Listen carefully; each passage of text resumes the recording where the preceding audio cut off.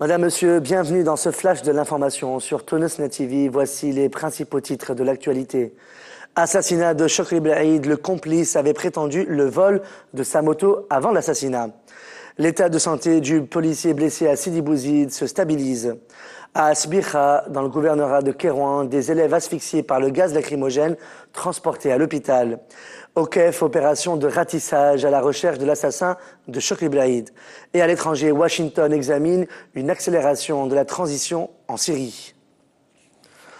Un voisin du complice dans le meurtre de Chokri Blaïd ayant conduit la moto pour aider l'assassin à prendre la fuite a déclaré au journal El Chorour que l'accusé avait raconté à ses amis avant l'assassinat de Chokri Blaïd que sa moto de type Vespa a été volée et s'est mis à utiliser une motocyclette de type 103.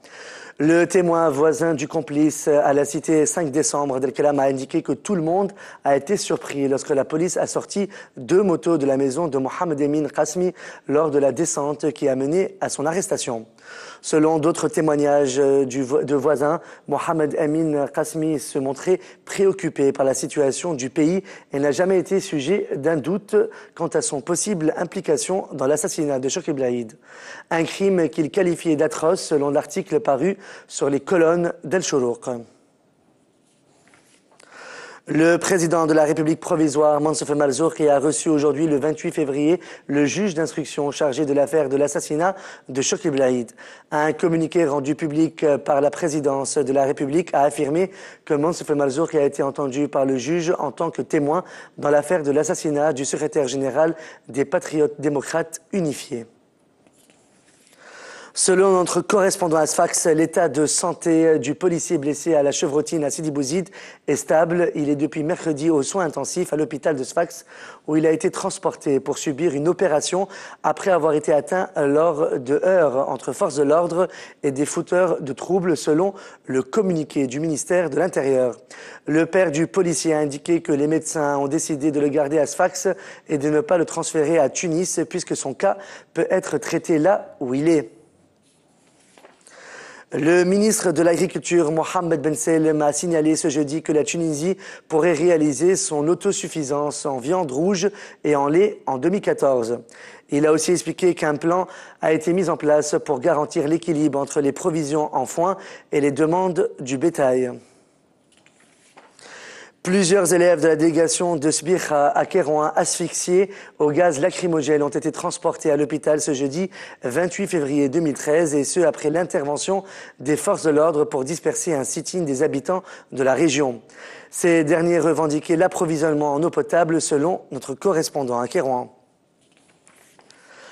La chaîne de télévision El Hiwar a entamé ce jeudi la vente de persil, une campagne lancée par le propriétaire de la chaîne Tahar Ben Hassine pour répondre aux critiques de ses détracteurs et afin de collecter des fonds pour relancer sa chaîne en crise financière.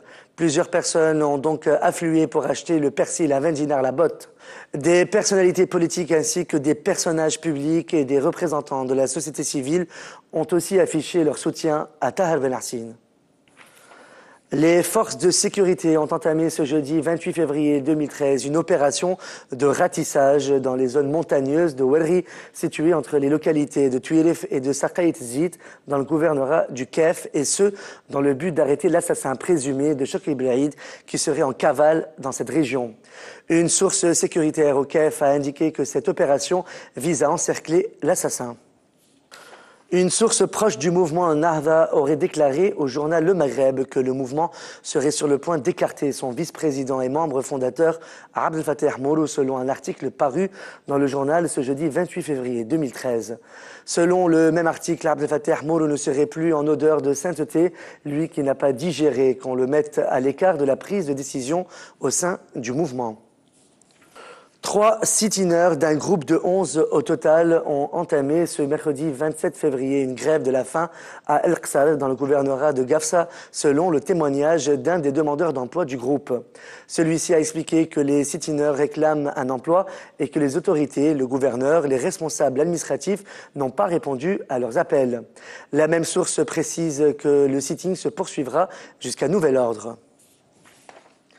À l'international, les États-Unis et la France examinent les moyens d'accélérer la transition politique en Syrie, a déclaré ce mercredi 27 février John Kerry après des entretiens avec le président français François Hollande et avec son homologue Laurent Fabius. La question sera discutée jeudi 28 février à Rome lors d'une réunion internationale des Amis du peuple syrien à laquelle participera au final l'opposition syrienne. C'est la fin de ce flash de l'actualité sur Tonosnet TV. Merci de votre fidélité. Excellente fin de soirée sur notre chaîne. À demain.